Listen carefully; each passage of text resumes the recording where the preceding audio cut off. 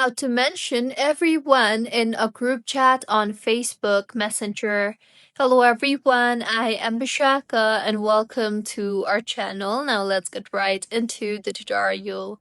Firstly, go ahead and open your Facebook Messenger and make sure you are signed in. Further, go ahead and open the group conversation where you want to mention everyone.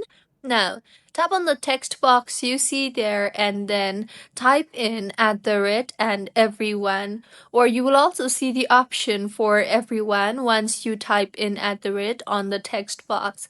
So tap on the everyone option you see there and then tap on the send button, and with this everyone in the group conversation will be mentioned and will receive a notification that you have mentioned them. So, this is how you can mention everyone in a group chat on Facebook Messenger.